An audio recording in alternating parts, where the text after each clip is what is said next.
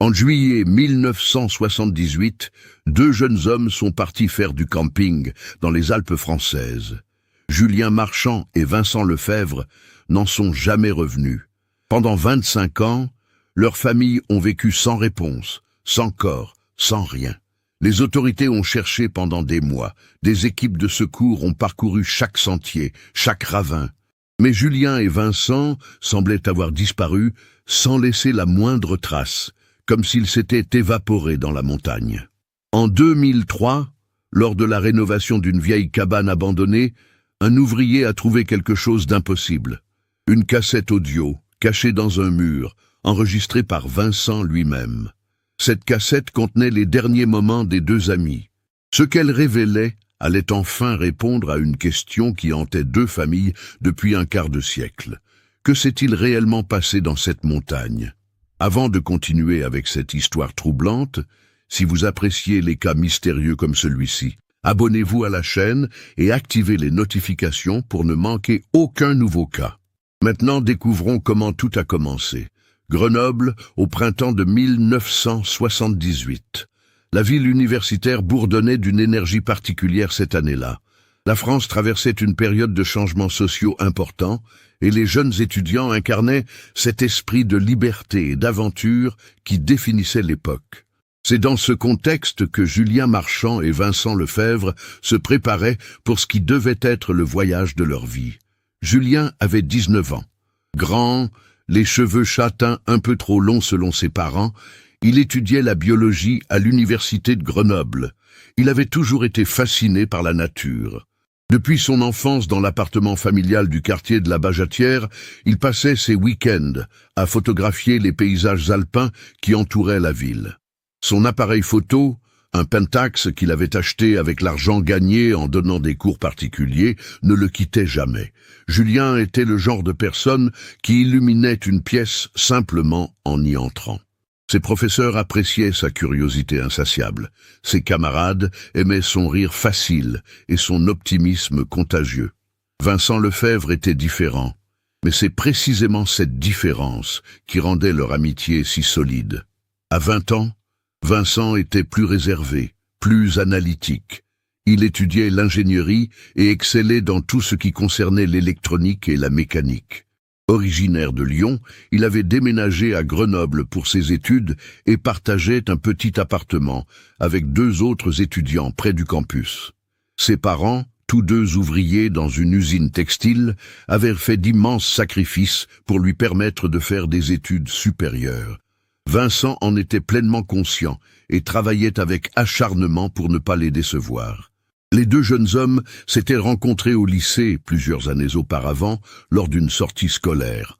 Julien avait oublié son déjeuner et Vincent, remarquant son embarras, avait partagé le sien sans hésitation. Cette simple générosité avait marqué le début d'une amitié qui allait traverser les années. Ils étaient inséparables. Où l'un allait, l'autre suivait. Julien entraînait Vincent dans ses explorations photographiques de la montagne, tandis que Vincent initiait Julien aux merveilles de la technologie émergente de l'époque. L'année 1978 avait été particulièrement importante pour Vincent. Il avait économisé pendant près d'un an pour s'acheter un magnétophone portable, un appareil Sony TC55 qui représentait le summum de la technologie audiomobile de l'époque. Pour lui, cet appareil n'était pas qu'un gadget, c'était un moyen de capturer la vie, les sons de la nature, les conversations avec ses amis. Il enregistrait tout. Les conférences universitaires, les discussions au café, le bruit de la pluie sur les toits de Grenoble. Cette passion pour l'enregistrement sonore allait prendre une importance que personne n'aurait pu imaginer. Claire Marchand, la sœur aînée de Julien, avait toujours été proche de son frère. À 24 ans, elle venait de terminer ses études de droit à Lyon et s'apprêtait à commencer son stage au barreau. Grande et élégante, avec les mêmes yeux verts que son frère, Claire était la fierté de la famille Marchand. Leurs parents, Henri et Madeleine, tenaient une petite librairie dans le centre de Grenoble depuis 20 ans. C'était une famille unie, simple, qui valorisait l'éducation et le respect des autres. La famille Lefebvre, de son côté, vivait toujours à Lyon dans le quartier populaire de la Guillotière. Georges Lefebvre travaillait à l'usine depuis l'âge de 16 ans. Sa femme, Simone, cousait des vêtements pour des boutiques locales, afin d'arrondir les fins de mois. Vincent était leur seul enfant, et ils plaçaient tous leurs espoirs en lui. Chaque franc économisé pour ses études représentait un sacrifice, un repas un peu moins copieux, une réparation remise à plus tard. Au début de l'été 1978, Julien et Vincent avaient planifié leur grande aventure. Ils en parlaient depuis des mois. Une semaine complète de camping dans les Alpes, dans la région de Haute-Savoie, loin de tout, loin des examens et des pressions universitaires. Ils voulaient explorer, photographier, enregistrer les sons de la montagne en altitude.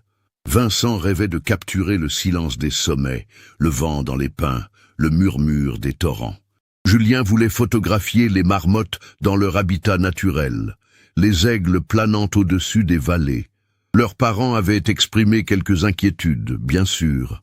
La montagne pouvait être dangereuse, surtout pour deux jeunes relativement inexpérimentés. Mais Julien et Vincent avaient tout prévu. Ils avaient étudié les cartes, acheté l'équipement nécessaire, planifié leur itinéraire avec soin. Ils ne partiraient pas seuls dans l'inconnu. Ils avaient choisi une zone relativement fréquentée, avec des sentiers balisés et des refuges à intervalles réguliers. Ce ne serait pas une expédition en haute montagne, juste une belle randonnée avec quelques nuits sous la tente. Le 23 juillet 1978, un dimanche matin ensoleillé, Julien est passé prendre Vincent dans sa Renault 4 que son père lui avait prêtée pour l'occasion. La voiture était bourrée d'équipements. 2 sacs à dos, une tente, des sacs de couchage, des provisions pour une semaine. L'appareil photo de Julien soigneusement rangé dans son étui et le magnétophone de Vincent avec une dizaine de cassettes vierges. Madeleine Marchand avait préparé un panier de provisions supplémentaires, comme seules les mères savent le faire. Du saucisson, du fromage, du pain fait maison. Elle avait serré son fils dans ses bras un peu plus longtemps que d'habitude ce matin-là, avec cette intuition maternelle que quelque chose peut-être n'allait pas. Mais elle avait chassé cette pensée. Julien avait 19 ans. Il devait vivre ses aventures. Henri Marchand avait glissé quelques billets dans la poche de Julien, pour les urgences, avait-il dit. Julien avait souri et embrassé son père sur les 2 joues. Dans 1 semaine, avait-il promis. Je vous appellerai d'une cabine téléphonique dès que nous serons redescendus. À Lyon, la séparation avait été similaire. Simone Lefebvre avait vérifié 3 fois le contenu du sac de Vincent, s'assurant qu'il avait des vêtements chauds, des allumettes imperméables, une trousse de premier secours. Georges avait serré la main de son fils, une poignée ferme qui disait tout ce qu'il ne savait pas exprimer avec des mots. « Sois prudent », avait-il simplement dit. Le trajet jusqu'à Chamonix avait duré environ 3 heures. Julien conduisait, Vincent s'occupait de la musique sur le petit autoradio. Ils avaient parlé de tout et de rien, de leurs projets pour la prochaine année universitaire, des filles qu'ils avaient rencontrées lors de la dernière fête étudiante, de leurs rêves pour l'avenir. Vincent imaginait travailler pour une grande entreprise d'électronique, peut-être même partir à l'étranger. Julien, lui, pensait déjà à poursuivre ses études, peut-être faire une thèse sur les écosystèmes alpins. Ils sont arrivés à Chamonix vers midi. La ville était animée, pleine de touristes venus du monde entier pour admirer le Mont Blanc. Ils ont garé la voiture sur un parking public, près de la gare. Julien a noté soigneusement l'emplacement et l'heure sur un petit carnet. Parking de la gare, 12h15, emplacement B23. C'était une habitude qu'il avait, tout noté, tout documenté. Ce détail, ce carnet retrouvé plus tard dans la voiture, allait devenir une pièce importante du dossier d'enquête. Ils ont déjeuné dans une petite boulangerie, des sandwichs et des pâtisseries qu'ils ont mangés assis sur un banc, observant les alpinistes chargés de leur équipement qui se dirigeaient vers les télécabines. L'ambiance était à la fête, à l'aventure. Le soleil brillait, le ciel était d'un bleu profond sans le moindre nuage. Les conditions météorologiques étaient parfaites. Vers 13h30, ils ont pris le téléphérique qui montait vers le plan de l'Aiguille. Vincent avait son magnétophone autour du cou et enregistrait tout. les conversations des autres passagers, le bruit des câbles, les exclamations d'émerveillement quand la cabine s'élevait au-dessus de la vallée. Julien prenait photo sur photo, captivant les glaciers qui scintillaient au soleil, les parois rocheuses vertigineuses, les alpinistes minuscules sur les sentiers en contrebas. Leur plan était simple mais bien pensé. Ils allaient passer la première nuit au refuge du Plan de l'Aiguille, s'acclimater à l'altitude, puis partir le lendemain matin pour une randonnée de 3 jours qui les mènerait à travers plusieurs vallées isolées, avec des nuits sous la tente. Ils reviendraient ensuite au refuge, passeraient une dernière nuit au chaud, puis redescendraient à Chamonix le samedi matin, 29 juillet. Au refuge, ils ont rencontré d'autres randonneurs, un couple de Suisses dans la soixantaine, des habitués de la montagne, un groupe de 4 étudiants allemands qui faisaient le tour du Mont Blanc, une femme française d'une 40aine d'années qui randonnait seule, quelque chose d'assez rare à l'époque. Tous ont partagé le repas du soir dans la salle commune du refuge, parlant de leurs itinéraires, échangeant des conseils sur les meilleurs points de vue. Le gardien du refuge, un homme d'une 50aine d'années nommé Albert Fontaine, connaissait la montagne comme sa poche. Il y travaillait depuis 20 ans. Ce soir-là, il a particulièrement remarqué Julien et Vincent. Ils étaient jeunes, enthousiastes, pleins de vie. Vincent lui avait montré son magnétophone, expliquant son projet d'enregistrer les sons de la haute montagne. Albert avait souri. Il avait vu passer des centaines, peut-être des milliers de jeunes comme eux au fil des années. La plupart revenaient avec des souvenirs merveilleux. Quelques-uns ne revenaient pas. Albert leur avait donné quelques conseils pour leur randonnée. Éviter certains passages encore enneigés à cette époque de l'année. Faire attention aux torrents gonflés par la fonte des glaciers. Toujours vérifier la météo. À la fin de juillet, le temps pouvait changer brutalement en altitude. Un orage pouvait se lever en moins d'1 heure. Cette nuit-là, Julien a écrit une carte postale à sa sœur Claire. Il l'a rédigée à la lueur d'une lampe de poche, allongée dans son sac de couchage dans le dortoir du refuge. L'écriture était un peu tremblante, tracée sur une carte montrant une vue panoramique du Mont Blanc. « Chère Claire, nous sommes arrivés. C'est encore plus beau que dans mes souvenirs. Demain, la vraie aventure commence. Je te raconterai tout à mon retour. Embrasse papa et maman pour moi. Ton frère qui t'aime, Julien. » Cette carte, il ne l'a jamais postée. Elle est restée dans la poche de son sac à dos. Le mardi 25 juillet au matin, Julien et Vincent ont quitté le refuge vers 7 heures. Albert Fontaine les a vus partir. Il a même signé le registre de départ, une formalité que tous les gardiens de refuge faisaient respecter à l'époque. Le registre indiquait Julien Marchand et Vincent Lefebvre, destination Vallée de la Blanche, retour prévu jeudi 27 juillet dans l'après-midi. C'était la dernière trace officielle de leur présence. Le couple de Suisse les a croisés vers 9 heures du matin sur le sentier. Ils montaient pendant que Julien et Vincent descendaient vers une vallée latérale. Ils se sont salués, ont échangé quelques mots sur la beauté du paysage. Le couple se souviendrait plus tard que les 2 jeunes hommes semblaient de très bonne humeur, excités par leur aventure. Vincent portait son magnétophone, Julien son appareil photo. Tout semblait parfaitement normal. C'était la dernière fois que quelqu'un les voyait vivants. Le jeudi 27 juillet, quand Julien et Vincent ne sont pas revenus au refuge comme prévu, Albert Fontaine a commencé à s'inquiéter légèrement, mais il n'était pas encore vraiment alarmé.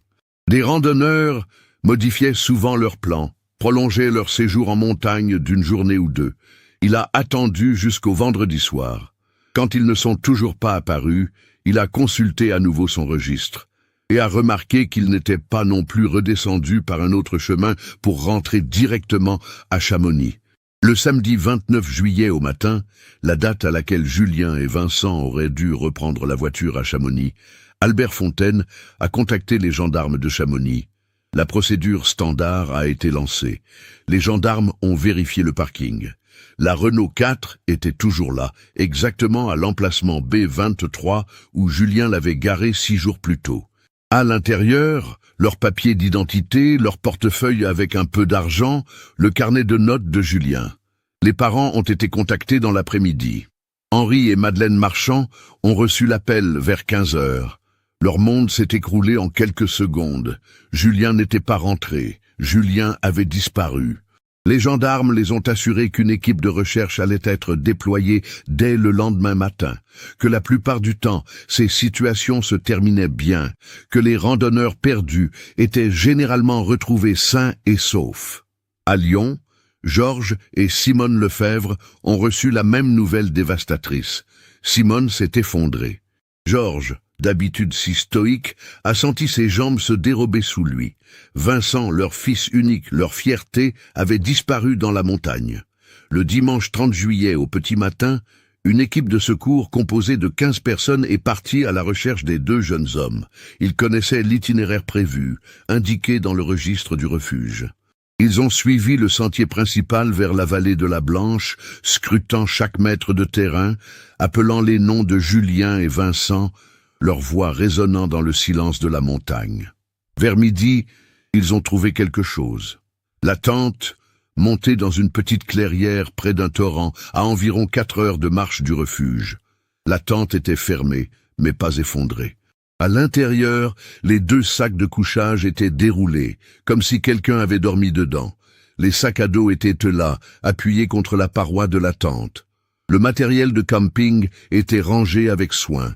Une petite réserve de nourriture était suspendue à une branche d'arbre à proximité, à l'abri des animaux, exactement comme le font les campeurs expérimentés.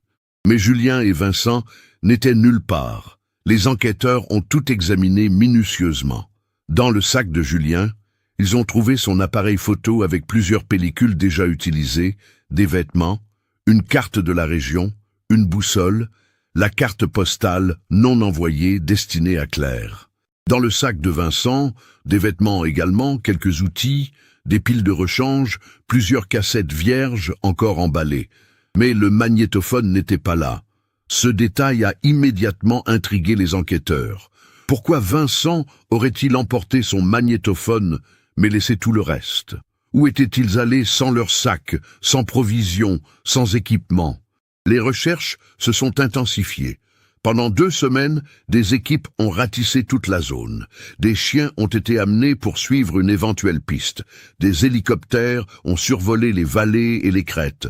Des plongeurs ont exploré les lacs glaciaires. Rien, absolument rien. Julien Marchand et Vincent Lefebvre semblaient avoir été avalés par la montagne. L'été 1978 s'est terminé sans réponse. En août, les recherches officielles ont été progressivement réduites, puis suspendues. Le dossier est resté ouvert, mais les gendarmes de Chamonix ont dû se rendre à l'évidence. Sans nouveaux éléments, sans indices supplémentaires, il n'y avait rien de plus qu'ils puissent faire. La montagne gardait ses secrets. Pour les familles, c'était le début d'un cauchemar qui allait durer 25 ans. Claire Marchand a reporté son stage au barreau. Elle ne pouvait pas imaginer commencer sa carrière professionnelle, alors que son frère était quelque part là-haut, dans ces montagnes, mort ou vivant, elle ne savait pas. Cette incertitude était la pire des tortures. Pas de corps signifiait pas de deuil, pas de fermeture, juste une plaie béante qui ne cicatrisait jamais. Elle est montée à Chamonix à plusieurs reprises cet automne-là, marchant seule sur les sentiers que Julien et Vincent avaient empruntés, appelant leurs noms dans le vent, scrutant chaque ravin, chaque crevasse visible. Les habitants du coin la connaissaient. La sœur du disparu, disait-il avec compassion. Elle revenait toujours, même quand la neige a commencé à tomber en octobre, rendant les recherches impossibles. Henri Marchand a vieilli de 10 ans en quelques mois. L'homme jovial qui tenait sa librairie avec passion était devenu une ombre silencieuse. Il continuait à ouvrir la boutique chaque matin, mais son cœur n'y était plus. Madeleine, sa femme, avait transformé la chambre de Julien en sanctuaire. Rien n'avait été déplacé. Les posters de paysages alpins sur les murs, les livres de biologie sur l'étagère, le bureau où Julien faisait ses devoirs. Tout attendait son retour. À Lyon, la douleur des Lefebvre était tout aussi insupportable. Simone ne travaillait plus. Elle passait ses journées assise près de la fenêtre, regardant la rue, comme si Vincent allait soudainement apparaître au coin de la rue, son sourire timide aux lèvres. « Georges continuait d'aller à l'usine, mais ses collègues remarquaient qu'il n'était plus le même. Il accomplissait son travail en silence, mécaniquement, puis rentrait chez lui et s'enfermait dans la chambre de Vincent. Les deux familles se sont rapprochées dans leur douleur partagée. Claire rendait visite aux Lefebvre régulièrement. Ils partageaient leurs souvenirs, leurs espoirs, leurs théories sur ce qui avait pu se passer. Peut-être que les garçons s'étaient perdus et avaient trouvé refuge quelque part. Peut-être qu'ils avaient perdu la mémoire suite à une chute. Peut-être qu'ils étaient encore en vie quelque part, incapables de rentrer pour une raison inconnue. Les mois sont devenus des années. L'affaire a fait la une des journaux locaux pendant quelques semaines, puis a progressivement disparu des pages. D'autres événements, d'autres drames ont pris le relais dans l'actualité. Mais pour ceux qui avaient connu Julien et Vincent, le mystère restait présent, comme une question sans réponse qui hantait leurs pensées. En 1980, Claire a finalement commencé son stage au barreau, mais quelque chose en elle avait changé. Elle s'est spécialisée dans les affaires de personnes disparues, aidant d'autres familles à naviguer dans le système judiciaire complexe, à maintenir l'attention des autorités sur leur cas. C'était sa façon de donner un sens à la disparition de Julien, de transformer sa douleur en action. La communauté de Grenoble n'a jamais vraiment oublié. Les anciens camarades de classe de Julien parlaient encore de lui lors des réunions. Ses professeurs à l'université évoquaient ce brillant étudiant qui avait disparu trop jeune. Un petit article commémoratif paraissait chaque année dans le journal local en juillet, rappelant l'histoire de ces deux amis partis faire du camping et jamais revenus. Les théories ont circulé pendant des années. Certains pensaient qu'ils avaient fait une chute mortelle dans une crevasse glaciaire. D'autres suggéraient qu'ils s'étaient perdus et étaient morts d'hypothermie lors d'un changement soudain de météo. Il y avait même eu des rumeurs plus sombres. Un accident qu'ils avaient voulu cacher, une dispute qui aurait mal tourné, une rencontre avec des personnes mal intentionnées. Les gendarmes avaient exploré toutes ces pistes. Ils avaient vérifié les antécédents de Julien et Vincent. Pas de dette, pas de problème judiciaire, pas d'ennemis connus. Deux jeunes hommes ordinaires qui menaient des vies ordinaires. L'hypothèse la plus probable restait un accident de montagne, mais sans corps, impossible d'en être certain. Albert Fontaine, le gardien du refuge, n'a jamais cessé de penser à eux. Chaque été, quand il voyait de jeunes randonneurs partir pour la montagne avec cette même insouciance, il se souvenait de Julien et Vincent. Il avait pris sa retraite en 1990, après 40 ans passés en altitude, mais le souvenir de ces deux disparus le hantait encore. En 1988, 10 ans après la disparition, une cérémonie commémorative a été organisée à Grenoble. Les familles, les amis, les anciens camarades se sont réunis dans le parc Paul Mistral. Claire a lu un poème qu'elle avait écrit pour son frère. Simone Lefebvre a planté un jeune arbre en mémoire de Vincent. C'était une façon de faire leur deuil, sans vraiment pouvoir le faire, de dire au revoir sans savoir à quoi ils disaient au revoir. Henri Marchand est décédé en 1994 d'une crise cardiaque. Madeleine était convaincue que c'était le chagrin qui l'avait tué. Il n'avait jamais accepté de ne pas savoir ce qui était arrivé à son fils unique. Sur son lit de mort, ses derniers mots avaient été pour Julien. « Où es-tu, mon garçon ?» avait-il murmuré avant de fermer les yeux pour toujours. Georges Lefebvre l'a suivi 3 ans plus tard, emporté par un cancer du poumon. Simone s'est retrouvée seule dans l'appartement de la Guillotière, entourée des fantômes de son passé. Elle recevait régulièrement la visite de Claire, qui était devenue comme une fille pour elle. Les deux femmes partageaient cette douleur unique de ne pas savoir, de vivre dans un éternel peut-être. Les années 90 ont apporté de nouvelles technologies, des équipes de secours mieux équipées, des hélicoptères plus performants, des techniques de recherche plus sophistiquées. Claire a tenté à plusieurs reprises de relancer les recherches, utilisant ses contacts dans le milieu juridique pour faire pression sur les autorités. En 1995, une nouvelle campagne de recherche a été organisée, mais encore une fois sans résultat. La vieille cabane de berger abandonnée près de la vallée de la Blanche était connue des habitués de la montagne. Construite probablement au XIXe siècle, elle avait servi pendant des décennies comme abri temporaire pour les bergers qui faisaient paître leurs troupeaux en altitude pendant l'été.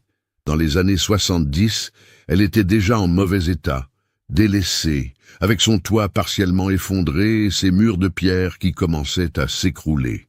La cabane se trouvait à environ 2 heures de marche de l'endroit où la tente de Julien et Vincent avait été retrouvée, mais dans une direction différente de leur itinéraire prévu. Pendant les recherches de 1978, les équipes de secours l'avaient inspecté rapidement, comme tous les abris potentiels de la région. Il n'y avait rien trouvé d'intéressant à l'époque. La cabane était vide, froide, apparemment abandonnée depuis des années.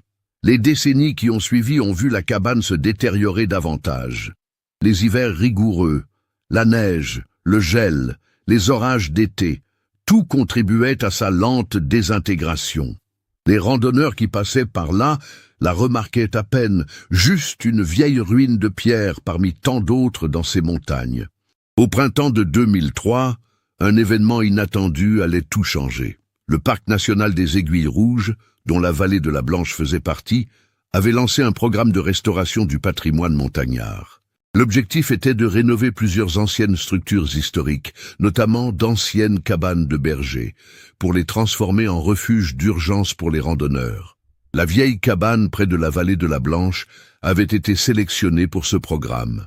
En mai 2003, une équipe de 5 ouvriers spécialisés dans la restauration de bâtiments en pierre est montée sur site pour évaluer l'état de la structure et planifier les travaux nécessaires. Marc Girard, le chef d'équipe, était un homme d'une 50aine d'années qui avait restauré des dizaines de bâtiments alpins au cours de sa carrière. Il connaissait ces vieilles constructions mieux que personne. Le 8 mai 2003, une journée fraîche mais ensoleillée, son équipe a commencé l'inspection détaillée de la cabane. La structure était en plus mauvais état que prévu. Le toit avait complètement cédé d'un côté. L'un des murs menaçait de s'effondrer. Marc et son équipe ont commencé à retirer soigneusement les pierres instables, documentant chaque étape pour préserver autant que possible l'intégrité historique du bâtiment. C'est Laurent Mercier, un jeune ouvrier de 28 ans, qui l'a trouvé. Il travaillait sur le mur nord, retirant les pierres une par une, quand il a remarqué quelque chose d'inhabituel. Entre 2 grosses pierres, dans une petite cavité qui avait été soigneusement comblée avec des pierres plus petites, il y avait quelque chose qui ne semblait pas appartenir à la structure originale. Laurent a appelé Marc. Ensemble, ils ont délicatement retiré les petites pierres. Derrière, enveloppé dans un sac plastique épais qui avait remarquablement bien protégé son contenu de l'humidité, se trouvait un objet rectangulaire. Marc l'a sorti avec précaution. C'était un magnétophone portable, un vieux modèle Sony des années 70. Le sac plastique avait fait son travail. L'appareil était intact, à peine touché par le temps. Et à côté du magnétophone, il y avait une cassette audio, toujours dans son boîtier en plastique transparent. Laurent a immédiatement compris que ce n'était pas un simple objet oublié. Personne ne cache un magnétophone dans un mur de pierre abandonné par hasard. Personne ne prend la peine de l'emballer soigneusement dans un sac plastique pour le protéger, à moins que ce ne soit important. Marc a retourné la cassette. Sur l'étiquette, écrit au stylo bille d'une écriture tremblante, il y avait un nom, Vincent Lefebvre, et une date, 26 juillet 1978. Marc Girard avait grandi à Chamonix. Il était adolescent en 1978, mais il se souvenait de l'affaire.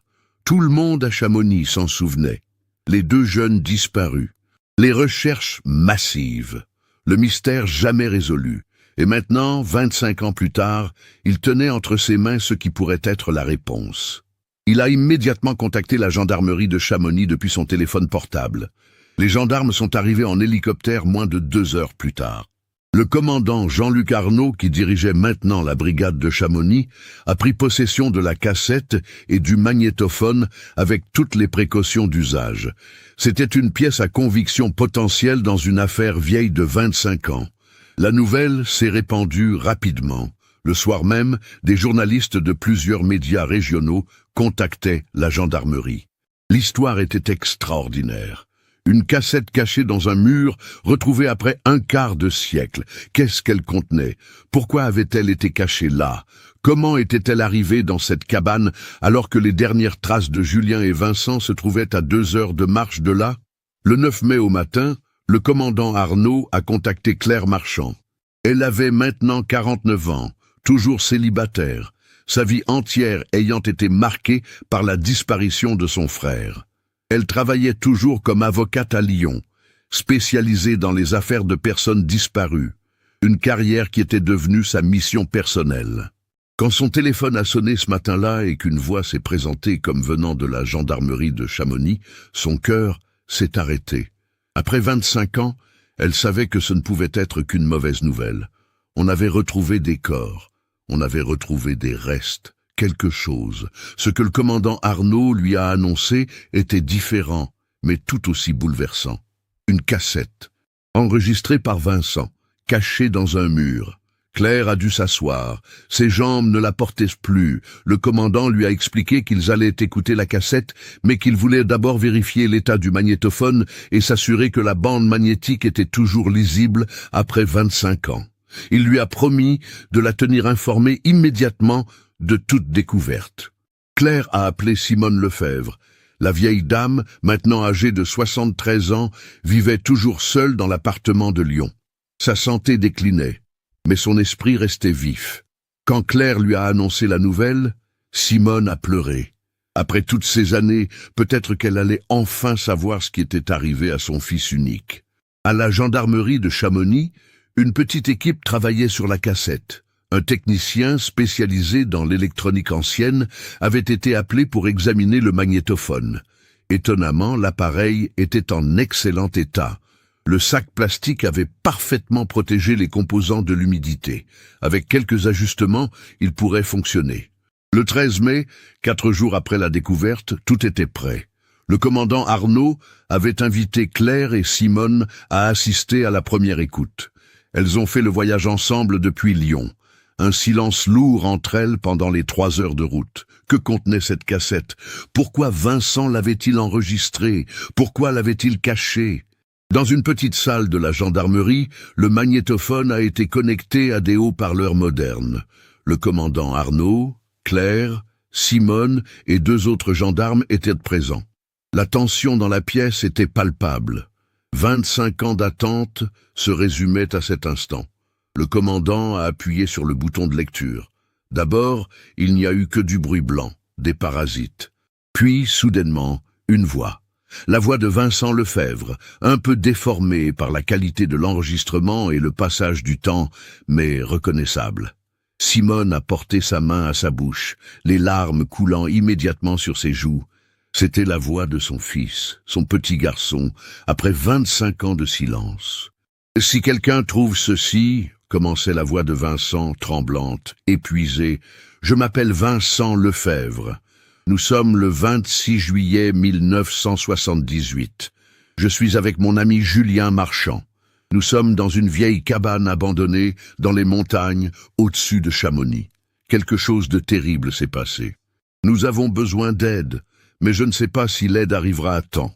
Il y a eu une pause, le son d'une respiration difficile, puis Vincent a continué. Je vais tout enregistrer. Je vais raconter exactement ce qui s'est passé depuis le début. Si nous ne survivons pas à ceci, au moins quelqu'un saura la vérité. Au moins nos familles sauront ce qui nous est arrivé. Dans la salle de la gendarmerie, personne ne bougeait. Claire serrait la main de Simone si fort que ses jointures étaient blanches. Le commandant Arnaud fixait le magnétophone, son visage grave. La voix de Vincent a repris, plus stable maintenant, comme s'il puisait dans ses dernières réserves de force pour accomplir cette tâche finale. Tout a commencé hier matin, le 25 juillet. Nous avons quitté le refuge du Plan de l'Aiguille vers 7 heures. Notre plan était de randonner pendant 3 jours dans les vallées isolées. Le temps était magnifique. Julien n'arrêtait pas de prendre des photos. Moi, j'enregistrais les sons de la montagne. C'était exactement ce que nous avions imaginé. On pouvait entendre dans sa voix un écho de ce bonheur passé, maintenant teinté de quelque chose de sombre, de désespéré. Vers 10 heures, nous sommes descendus dans la vallée de la Blanche. C'était magnifique là-bas, vraiment isolé. Nous avons monté notre tente près d'un torrent, exactement comme prévu. Nous avons déjeuné, nous avons exploré un peu les environs. Julien voulait photographier des marmottes qu'il avait repérées sur un éboulis rocheux à environ 30 minutes de marche de notre campement. Vincent a marqué une pause. On pouvait entendre sa respiration irrégulière, un sifflement léger qui suggérait des difficultés respiratoires. Vers 15 heures, nous avons décidé d'aller voir ces marmottes. Nous avons laissé nos sacs à dos à la tente. Nous avons juste pris l'appareil photo de Julien et mon magnétophone. Nous pensions revenir dans 1 heure maximum. Nous ne pensions pas nous éloigner beaucoup. C'était une erreur, une terrible erreur. La voix de Vincent continuait, méthodique malgré l'épuisement évident qui perçait dans chaque mot. Dans la salle de la gendarmerie, le silence était absolu. Claire et Simone écoutaient, suspendues à chaque phrase, chaque respiration de cette voix venue du passé. Nous avons marché pendant environ 40 minutes, un peu plus loin que prévu. Les marmottes étaient magnifiques. Julien a pris des dizaines de photos. J'ai enregistré leur sifflement d'alarme. Nous étions contents, excités même. Puis nous avons décidé d'explorer un peu plus haut, juste pour voir ce qu'il y avait au-delà d'une crête rocheuse. Vincent a toussé, un son rauque et douloureux qui a fait tressaillir Simone.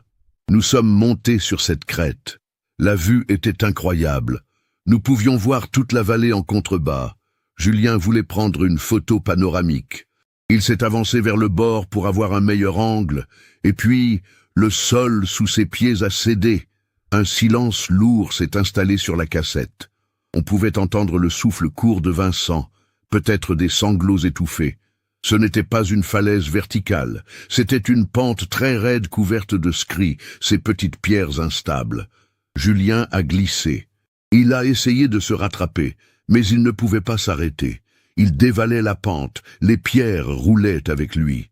J'ai crié son nom, j'ai couru vers le bord, mais je ne pouvais rien faire. Il est tombé sur peut-être 50 mètres avant de heurter un rocher. Le bruit, je n'oublierai jamais ce bruit.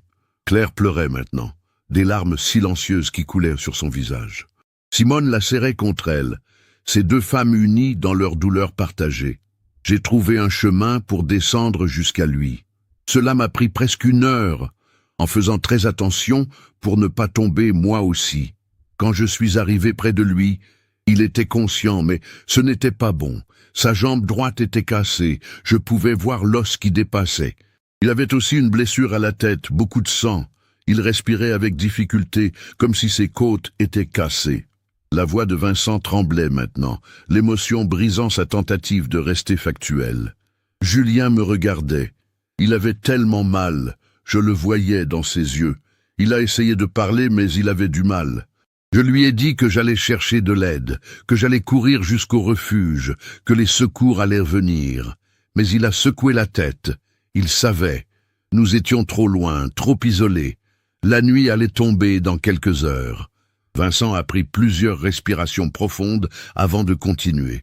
J'ai essayé de le déplacer, de le ramener vers un endroit plus abrité, mais il hurlait de douleur à chaque mouvement. Alors j'ai fait ce que je pouvais. J'ai enlevé ma veste pour la mettre sous sa tête. J'ai essayé d'arrêter le saignement de sa tête avec mon t-shirt. Il faisait encore chaud. Le soleil brillait. Mais je savais que la température allait chuter drastiquement une fois la nuit tombée. On pouvait entendre dans la voix de Vincent le désespoir d'un jeune homme de 20 ans confronté à une situation impossible. Julien m'a dit de partir, de le laisser là et d'aller chercher de l'aide. Mais comment est-ce que je pouvais le laisser seul, blessé comme ça dans son état? Je lui ai dit que non, que je restais avec lui, que nous allions passer la nuit ensemble et que demain matin, quand nous ne serions pas revenus au refuge, les secours viendraient nous chercher. Vincent a marqué une longue pause. Quand il a repris, sa voix était plus faible. Mais j'avais peur. J'avais tellement peur. Nous n'avions ni nos sacs à dos, ni nourriture, ni eau, ni vêtements chauds, ni trousse de premier secours, juste l'appareil photo et mon magnétophone. Julien s'affaiblissait. Il perdait beaucoup de sang. Je voyais sa peau devenir de plus en plus pâle. Je voyais ses lèvres qui commençaient à bleuir. Le son de la cassette a changé légèrement. On pouvait entendre du vent maintenant, un sifflement qui suggérait que Vincent était dans un endroit plus abrité. Vers 18 heures, j'ai pris une décision. Il y avait une vieille cabane que nous avions aperçue en montant. À peut-être 2 heures de marche de là, si je pouvais porter Julien jusque-là, nous aurions au moins un abri pour la nuit. Ce serait mieux que de rester exposé aux éléments. Vincent a respiré profondément, un son sifflant qui indiquait une douleur physique. J'ai expliqué mon plan à Julien. Il a protesté faiblement, disant que c'était trop loin, que je ne pourrais jamais le porter sur une telle distance. Mais je devais essayer. Je ne pouvais pas rester là, à le regarder mourir sans rien faire. La voix de Vincent s'est brisée. Cela a été le voyage le plus difficile de ma vie. Julien n'est pas grand, mais porter un homme adulte sur des kilomètres de terrain montagneux, je le portais sur mon dos quand je le pouvais. Je le traînais quand je ne pouvais plus le porter. Il s'évanouissait par moments, puis reprenait conscience en gémissant de douleur. Je m'arrêtais toutes les 10 minutes pour reprendre mon souffle. Mes jambes tremblaient, mes bras me brûlaient. On pouvait entendre dans sa respiration enregistrée l'effort titanesque qu'il décrivait. La lumière du jour commençait à décliner. Je savais que si la nuit tombait avant que nous atteignions la cabane, ce serait fini. Je ne pourrais pas continuer dans l'obscurité. Alors, j'ai trouvé des forces que je ne savais pas avoir. J'ai marché, porté, traîné, sans m'arrêter. Vincent a fait une pause, et quand il a repris, il y avait quelque chose comme du soulagement dans sa voix épuisée. Nous avons atteint la cabane juste avant le coucher du soleil. C'était une vieille construction en pierre, partiellement en ruine, mais avec un mur encore debout et un coin relativement abrité. J'ai installé Julien contre le mur, du mieux que je pouvais.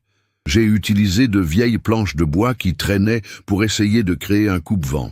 La voix de Vincent est devenue plus urgente. Mais Julien n'allait pas bien du tout. Il ne parlait presque plus. Sa respiration était de plus en plus difficile. Je pense que ses côtes cassées avaient peut-être perforé un poumon. Il y avait ce son terrible quand il respirait, comme un gargouillement. Et il faisait si froid. La température chutait rapidement. Je me suis collé contre lui pour essayer de lui donner ma chaleur corporelle, mais je sentais qu'il tremblait de manière incontrôlable. Le silence qui a suivi a duré peut-être 30 secondes. Puis la voix de Vincent est revenue, brisée, à peine audible.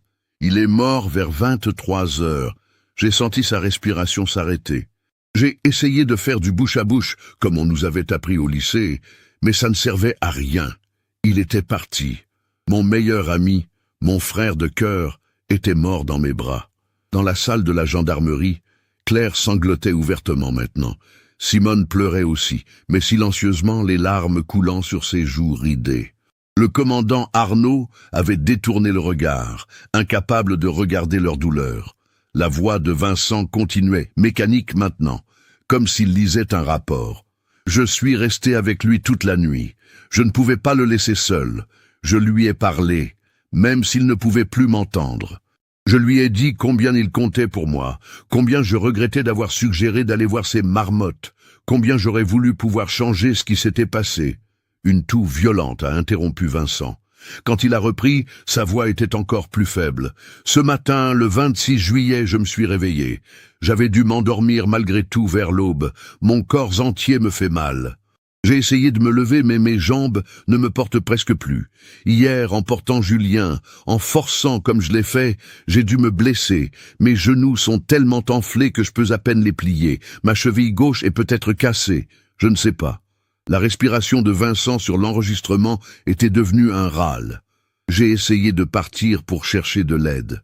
J'ai essayé de marcher. Mais je suis tombé après seulement quelques mètres. Je suis trop faible, trop blessé. Je n'ai ni mangé ni bu depuis hier midi. Le soleil tape fort maintenant, et je commence à avoir des vertiges. Vincent s'est tu pendant un long moment. Quand il a reparlé, il y avait dans sa voix une acceptation terrible.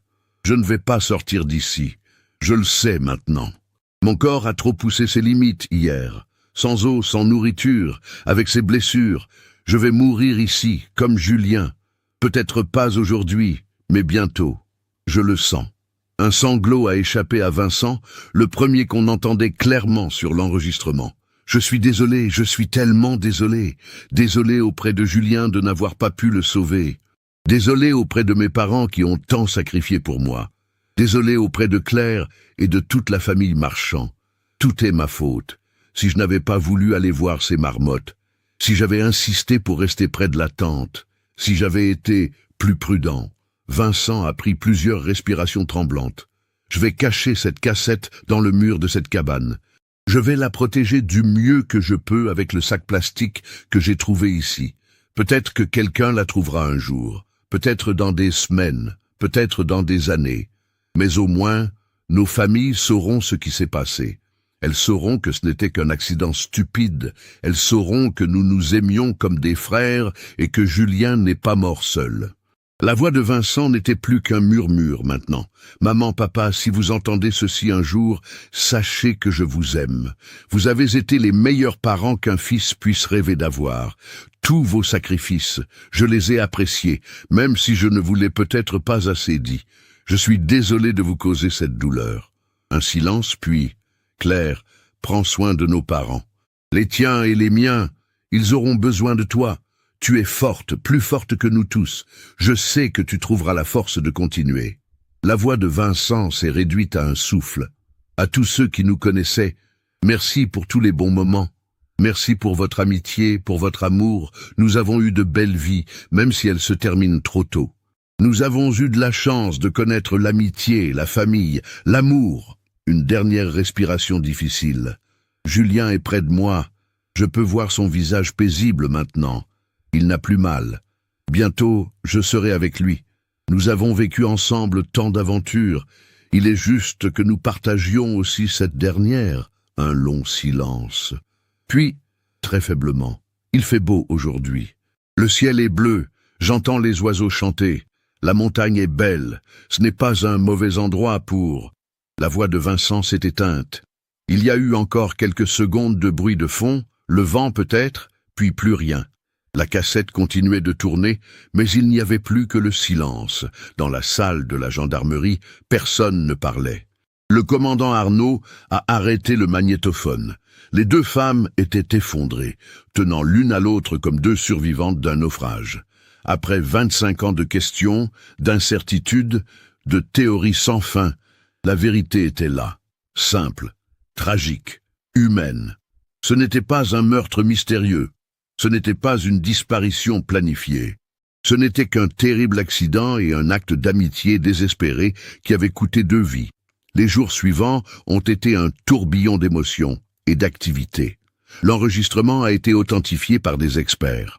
La voix était bien celle de Vincent Lefebvre, confirmée par comparaison avec de vieux enregistrements familiaux.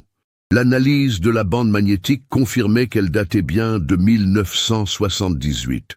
Une nouvelle équipe de recherche a été déployée dans la région de la cabane. Cette fois, ils savaient ce qu'ils cherchaient et où chercher. Le 18 mai 2003, 10 jours après la découverte de la cassette, ils ont trouvé les corps. Ou plutôt, ce qu'il en restait après 25 ans. Les ossements de 2 jeunes hommes, dans la cabane et juste à l'extérieur, exactement là où Vincent avait décrit qu'ils se trouvaient. L'identification par ADN a confirmé ce que tout le monde savait déjà. C'était Julien Marchand et Vincent Lefebvre. L'appareil photo de Julien a également été retrouvé, miraculeusement préservé dans un coin sec de la cabane. Les pellicules à l'intérieur étaient endommagées, mais des techniciens spécialisés ont réussi à en récupérer quelques images. Les dernières photos prises par Julien, des marmottes sur un éboulis rocheux, une vue panoramique d'une vallée alpine, Vincent souriant à la caméra, le soleil brillant derrière lui. Des images d'un bonheur qui allait se transformer en tragédie quelques minutes plus tard. Les funérailles ont eu lieu le 26 mai 2003, exactement 25 ans après la mort des 2 amis. C'était une cérémonie commune, car Claire et Simone avaient insisté pour qu'ils soient enterrés côte à côte. Dans la vie comme dans la mort, Julien et Vincent resteraient ensemble. L'église de Grenoble était bondée. Des centaines de personnes sont venues rendre un dernier hommage. D'anciens camarades de classe, maintenant dans la quarantaine, des professeurs retraités, des habitants de Grenoble qui se souvenaient de l'affaire. Même Albert Fontaine, l'ancien gardien du refuge, maintenant âgé de 80 ans, avait fait le déplacement. Claire a lu un texte qu'elle avait écrit. Sa voix était forte, claire, malgré les larmes qui coulaient sur son visage. Pendant 25 ans, nous avons vécu avec des questions sans réponse. Nous avons imaginé 1000 scénarios, 1000 possibilités. La vérité, quand elle est finalement venue, était plus simple et plus déchirante que tout ce que nous avions pu imaginer. Mon frère et son meilleur ami sont morts dans un accident, victimes d'un moment d'insouciance qui aurait pu arriver à n'importe qui. Mais dans leur dernier moment, ils ont montré ce qu'il y avait de plus beau dans l'humanité. Vincent a tout donné pour essayer de sauver Julien. Il a poussé son corps au-delà de ses limites par amour pour son ami. Et quand il a su qu'il ne survivrait pas, il a pensé à nous, à nos familles, à notre besoin de savoir. Il a utilisé ses dernières forces pour nous laisser cette cassette, ce témoignage, ce cadeau d'adieu. Elle a fait une pause, regardant les deux cercueils côte à côte. Julien et Vincent avaient 19 et 20 ans. Ils avaient toute la vie devant eux, des rêves, des projets, des espoirs. Tout cela a été effacé en quelques heures par un accident tragique. Mais ce qu'ils nous ont laissé ne peut pas être effacé. Leur amitié, leur courage, leur amour pour leur famille. Ces choses restent. Ces choses nous définissent. Simone Lefebvre était trop émue pour parler. Claire a lu un texte que la vieille dame avait écrit « Mon fils Vincent a été le plus grand cadeau de ma vie. Lui et Georges, nous avons tout donné pour qu'il puisse avoir une meilleure vie que la nôtre. Il nous a rendus si fiers. Pas parce qu'il était brillant à l'école ou parce qu'il allait devenir ingénieur, mais parce qu'il était bon, parce qu'il était loyal. Parce que quand son meilleur ami a eu besoin de lui, il n'a pas hésité une seule seconde. Il a donné sa vie pour essayer de sauver Julien. Quel plus grand amour peut-on montrer? Mon Vincent est un héros. Pas le genre de héros dont on parle dans les journaux, mais le genre de héros que chaque mère rêve que son fils devienne, un homme de bien. Madeleine Marchand, maintenant âgée de 73 ans et veuve depuis 9 ans, s'est levée pour dire quelques mots simples. Mon Julien aimait la vie. Il aimait la nature, la photographie, ses amis, sa famille. Il est parti faire ce qu'il aimait avec la personne qu'il aimait le plus au monde après sa famille. Je trouve du réconfort dans le fait qu'il n'est pas mort seul. Vincent était avec lui. Vincent l'a tenu dans ses bras. Vincent lui a dit au revoir pour nous tous. Après la cérémonie, les corps ont été enterrés dans le cimetière de Grenoble. Les deux tombes étaient côte à côte, comme Claire et Simone l'avaient demandé. Les pierres tombales étaient simples, mais élégantes. Sur celle de Julien, Julien Marchand, 1958-1978, fils aimant, ami fidèle, âme aventureuse. Sur celle de Vincent, Vincent Lefebvre, 1958-1978, fils dévoué, ami loyal, héros discret. Entre les deux tombes, Claire et Simone ont planté un jeune pin, un arbre de montagne, qui grandirait entre les deux amis, les reliant pour toujours. Dans les semaines qui ont suivi, l'histoire a fait le tour de la France. Les médias nationaux ont couvert l'affaire. La cassette audio, avec la permission des familles, a été partiellement diffusée. Des millions de personnes ont entendu les derniers mots de Vincent Lefebvre, ce témoignage poignant d'amitié et de sacrifice. Des débats ont surgi. Certains disaient que Vincent aurait dû laisser Julien et partir chercher de l'aide immédiatement. Peut-être qu'il aurait survécu. Peut-être que les secours auraient pu sauver Julien. D'autres répondaient qu'il était facile de juger avec le recul, mais que dans le moment, face à un ami mourant, Vincent avait fait ce que son cœur lui dictait. Claire est retournée plusieurs fois à la cabane dans les mois qui ont suivi. La structure avait finalement été restaurée et transformée en un petit refuge d'urgence, comme prévu. Mais maintenant, elle portait aussi une plaque commémorative à la mémoire de Julien Marchand et Vincent Lefebvre, morts ici en juillet 1978. Que leur amitié nous inspire à être meilleurs. Simone Lefebvre a vécu encore 2 ans après les funérailles. Elle est morte paisiblement dans son sommeil en 2005, à l'âge de 75 ans. Claire était à ses côtés. Les derniers mots de la vieille dame avaient été « Je vais retrouver mon Vincent maintenant ». Madeleine Marchand, lui a survécu jusqu'en 2011, atteignant l'âge de 81 ans. Elle aussi est morte paisiblement, entourée de sa fille Claire et de ses petits-enfants, les enfants que Claire avait finalement eus dans sa quarantaine après avoir rencontré un homme bon qui comprenait son passé. Claire, maintenant âgée de 70 ans en 2025, continue de visiter les tombes de son frère et de Vincent chaque année le 26 juillet, l'anniversaire de leur mort. Le pin qu'elles avaient de planté entre les deux tombes est maintenant un arbre majestueux, ses branches s'étendant au-dessus des deux pierres tombales, comme pour les protéger. Elle a pris sa retraite du barreau il y a 5 ans, après une carrière de 40 ans passée à aider des familles de personnes disparues. Elle estime avoir contribué à résoudre une trentaine de cas au cours de sa vie, ramenant des réponses à des familles qui, comme la sienne, vivaient dans l'incertitude insupportable. L'appareil photo de Julien et le magnétophone de Vincent sont exposés dans un petit musée local à Grenoble, consacré à l'histoire de la région alpine. Des milliers de visiteurs les voient chaque année. Ces objets simples qui racontent une histoire extraordinaire d'amitié, de courage et de tragédie. Les photos récupérées de l'appareil de Julien ont été agrandies et encadrées. Elles montrent la beauté de la montagne, la joie de 2 jeunes amis en pleine aventure, l'innocence des derniers moments avant que tout bascule. Claire garde un exemplaire de chaque photo chez elle, sur un mur de son salon qu'elle appelle le mur de Julien. La cassette elle-même est conservée dans les archives de la gendarmerie de Chamonix, une pièce d'histoire locale, un témoignage de ce qui peut arriver même aux randonneurs les plus prudents et de la profondeur de l'amitié humaine face à la tragédie. Ce cas nous montre à quel point la vie est fragile et précieuse. Julien et Vincent sont partis pour une simple randonnée, comme des milliers de jeunes le font chaque été. Une décision anodine, un moment d'insouciance, et 2 vies ont été perdues. Mais au cœur de cette tragédie, il y a aussi quelque chose de profondément beau. L'amitié entre ces 2 jeunes hommes, la loyauté de Vincent qui a refusé d'abandonner son ami, son courage de documenter ce qui s'était passé pour apporter la paix à leur famille. Ce n'est pas une histoire de mystère criminel ou de disparition inexpliquée. C'est une histoire sur l'amour, le sacrifice et la façon dont même dans nos derniers moments, nous pouvons choisir de penser aux autres. Qu'en pensez-vous?